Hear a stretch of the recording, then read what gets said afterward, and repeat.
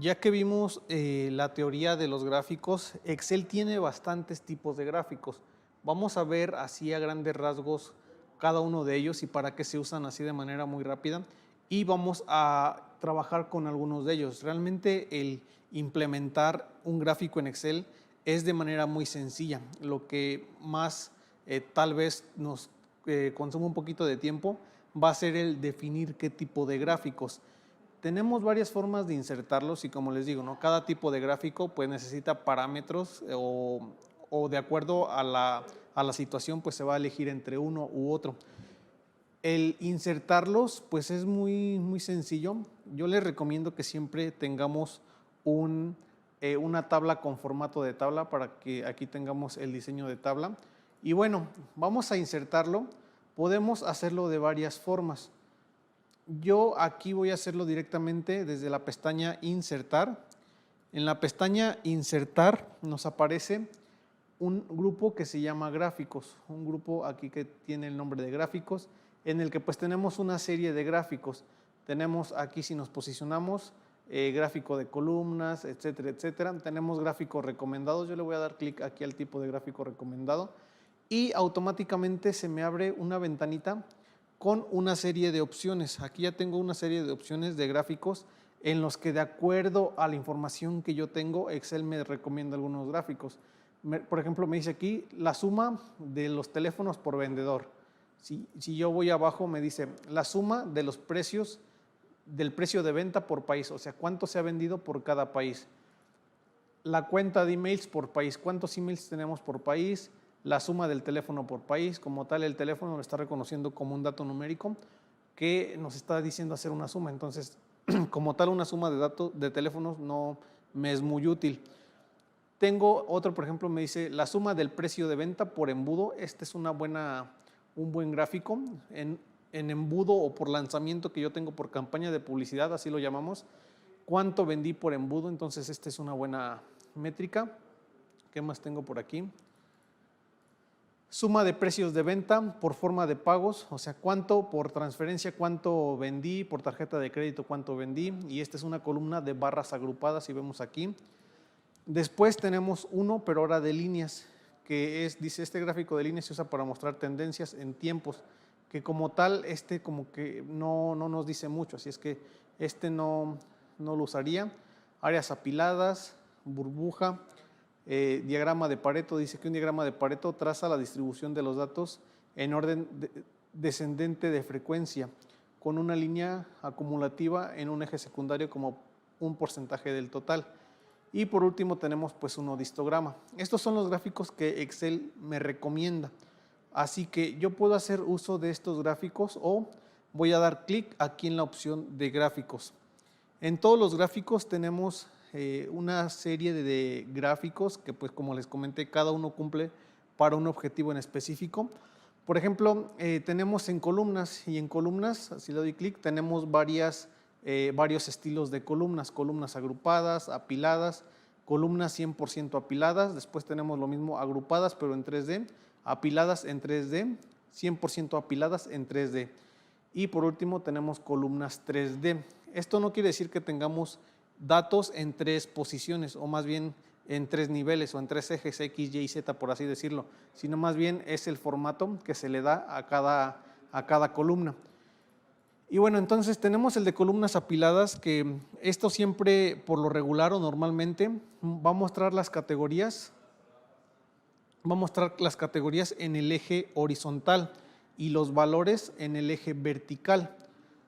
Perfecto, así es que sería algo así. Ok, no puedo dibujar. Entonces, siempre va a dar las categorías en el eje horizontal y los valores en el eje vertical, por lo regular o normalmente. No quiere decir que esto siempre sea así. Tenemos después el de líneas, que aquí en el diagrama de líneas o en el gráfico de líneas, la categoría se va a distribuir de manera uniforme a lo largo del eje horizontal. Y todos los valores, en este caso igual que en la pasada, los valores se van a distribuir pero de manera uniforme en el eje vertical. Y bueno, estos gráficos lineales pueden mostrar datos continuos con el tiempo en un eje de escala regular y por tanto pues estos gráficos son idóneos para mostrar tendencias de datos e intervalos iguales, como pueden ser meses, trimestres o algunos ejercicios fiscales. Después tenemos los circulares. Los gráficos circulares es el tercer tipo, que realmente va a mostrar el tamaño de los elementos de una serie de datos. Esto en proporción a la suma de los elementos. Los puntos de datos de un gráfico circular se muestran como porcentaje de todo el gráfico circular, o sea, va a mostrar porcentajes del total de la suma. Perfecto, entonces, hay algunas restricciones para usar estos gráficos circulares. Por ejemplo, podemos usarlos solo si hay una serie de datos. Por ejemplo, no podemos calcular, por ejemplo, categorías y valores, es simplemente una serie de datos. También tenemos que considerar el usarlos cuando los valores que tenemos no son negativos, cuando ninguno de los valores son negativos y casi ninguno de los valores de sus datos son valores cero. Entonces, si tenemos muchos datos de valor cero, como que no es tan recomendable hacer esto, o si tenemos negativos, tampoco. Y por último, no tiene más de 7 categorías, o sea que si tenemos, por ejemplo, más de 7 categorías, pues después los pedacitos del pastel o del círculo se van a empezar a hacer muy pequeños. Entonces, hay que tratar de usarlo cuando no haya más de 7 categorías, representando todas ellas partes de todo el gráfico circular. Y pues aquí mismo tenemos en el circular el gráfico de anillos, que lo tenemos aquí al final, que el gráfico de anillos pueden representar datos organizados únicamente en columnas o filas de una hoja de cálculo. Aquí no es como una matriz en filas y columnas, es únicamente datos que están o en las filas o en las columnas. Y pues es muy similar que el gráfico circular. Este gráfico muestra la relación de las partes con un todo, pero puede contener más de una serie de datos. Así es que en el circular únicamente agregamos una serie de datos, en este de anillo podemos agregar una o más series de datos. Después tenemos el de barras, los gráficos de barras, que los gráficos de barras pues principalmente muestran comparaciones entre elementos individuales. Los gráficos de barras, en los gráficos de barras las categorías se organizan típicamente a lo largo del eje vertical y los valores en el eje horizontal, que es diferente en este caso al de las columnas, que en este caso en las columnas en el eje horizontal se muestran las categorías y en el vertical los valores. Aquí en el de barras, pues las categorías por lo regular o típicamente están en el eje vertical y los valores en el eje horizontal. Seguido tenemos los de áreas. En los gráficos de áreas, pues se pueden usar para trazar el cambio con el tiempo y para llamar la atención en el valor total de una tendencia. Al mostrar la suma de los valores trazados, un gráfico de área también muestra la relación de las partes de un todo. Tenemos enseguida el de dispersión, que un gráfico de dispersión tiene dos ejes de valores. Aquí son dos ejes de valores en el eje X y otro en el eje vertical. Primero en el eje horizontal X y otro en el eje vertical Y. O sea que aquí X y Y se representan valores, no se representan categorías, se representan valores. Bueno, combina estos valores en puntos de datos únicos y los muestra en intervalos irregulares o agrupaciones. Estos gráficos de dispersión se utilizan por lo general para mostrar y comparar valores numéricos, tales como datos científicos, estadísticos y también de ingeniería. Enseguida tenemos los gráficos de mapa, que ven aquí se ve bastante bonito el de mapa. Por ejemplo, el de mapa pues puede ser un gráfico que se use para comparar valores y mostrar categorías, esto en regiones específicas geográficas. Los gráficos de mapas podemos usarlos cuando tengamos regiones geográficas en los datos, por ejemplo, una columna de países, de regiones, estados, provincias, incluso de códigos postales. Así que para esto necesitamos tener ciudades, países, etcétera, etcétera. Después sigue un gráfico de cotizaciones, que se puede llamar de cotizaciones o de acciones, y pues muestra fluctuaciones en los precios de las acciones. Pero este gráfico también puede mostrar fluctuaciones en otros datos, como por ejemplo las lluvias diarias o las temperaturas anuales. Hay que asegurarnos bien de organizar los datos en el orden correcto para poder crear este gráfico de cotizaciones. Otro ejemplo podría ser para crear un gráfico sencillo de cotizaciones de máximos, mínimos y cierre. Pues para esto, si queremos usar este ejemplo, tenemos que organizar los datos en las columnas y pues en las columnas sería tener una columna de máximo, de mínimo y de cierre como encabezados en las columnas y tienen que seguir ese orden. Enseguida tenemos el de superficie. Vamos a ir aquí al de superficie. Y en el de superficie, pues este gráfico es útil cuando se buscan hacer combinaciones óptimas entre dos conjuntos de datos. Como en el mapa topográfico, los colores y las tramas indican áreas que están en el mismo rango de valores.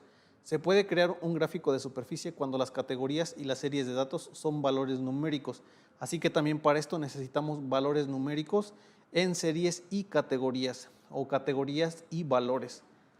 Después tenemos el radial, que el gráfico radial pues prácticamente lo podemos o se puede representar por datos organizados únicamente en columnas o en filas de una hoja de cálculo. Y pues estos gráficos radiales comparan los valores agregados de varias series de datos.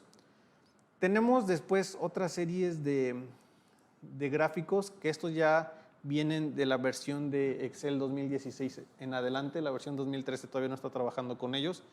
Pero, por ejemplo, tenemos la de rectángulos, que como les comento está implementada a partir de la versión de Office 2016.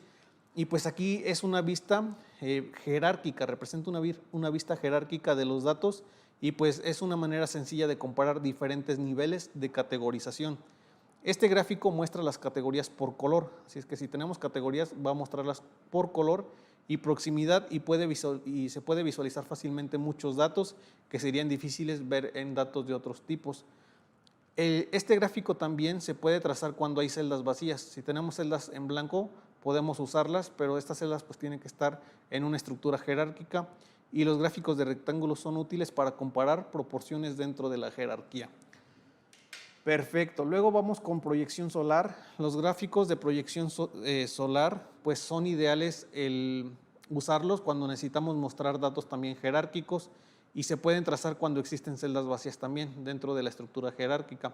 Cada nivel de jerarquía está representado por un anillo o círculo, siendo el círculo interior el de superior, siendo el círculo más interior, el de hasta abajo, el de hasta en medio, el superior de la jerarquía. Después también tenemos la parte de histogramas. Podemos tener gráficos de histogramas que prácticamente los datos que se trazan en este tipo de gráfico muestran las frecuencias dentro de una distribución. Cada columna del gráfico se denomina clase, así es que cada columna se va a denominar aquí en este caso clase, que se puede modificar para analizar con mayor detalles los datos. Luego tenemos cajas y bigotes, que este tipo de gráficos muestra la distribución de los datos en cuartiles, resaltando la media y los valores atípicos. Las cajas pueden tener líneas que se extienden verticalmente llamadas bigotes. Perfecto. Como siguiente tenemos el gráfico de cascada, que también este gráfico muestra un total acumulado de los datos financieros al sumar o restar valores. Este gráfico puede ser muy útil para comprender cómo un valor inicial se ve afectado por una serie de valores que después le siguen, que pueden ser valores positivos y valores negativos. Las columnas tienen códigos de colores para que se pueda diferenciar rápidamente los números positivos de los negativos. Como penúltimo gráfico tenemos el gráfico de embudo, que el gráfico de embudo pues muestra valores a través de una fase o de varias fases de un proceso. Normalmente los valores disminuyen de forma gradual, lo que permite ver que las barras se asemejen a un embudo. Entonces, por ejemplo, aquí tenemos las barritas y de hecho aquí tenemos también el nombre embudo. Es para representar los gráficos a través de una serie de procesos. Por ejemplo, en el caso de las clases que nosotros estuvimos dando, cuántos asisten a la primera, cuántos a la segunda, cuántos a la tercera, cuántos a la cuarta, y al final de cuentas las barritas que forman se asimilan a un embudo. Y por última tenemos gráficos combinados, que pues estos gráficos, a diferencia de los anteriores que teníamos un tipo, este puede combinar dos o más tipos de gráficos. Esto para que los datos que estamos manejando sean más sencillos de comprender, especialmente cuando los datos varían en gran medida. Además, pues esto, al combinar estos datos, se muestra un eje secundario y pues este gráfico secundario es incluso más sencillo de leer. Y bueno, estos son entonces los tipos de datos, ya dependiendo de la información que nosotros tengamos, Excel nos va a hacer algunas recomendaciones de cuál podemos usar y cuáles son los sugeridos. Así es que ya aquí lo tenemos. Por ejemplo, vamos a terminar insertando aquí un gráfico, por ejemplo, el del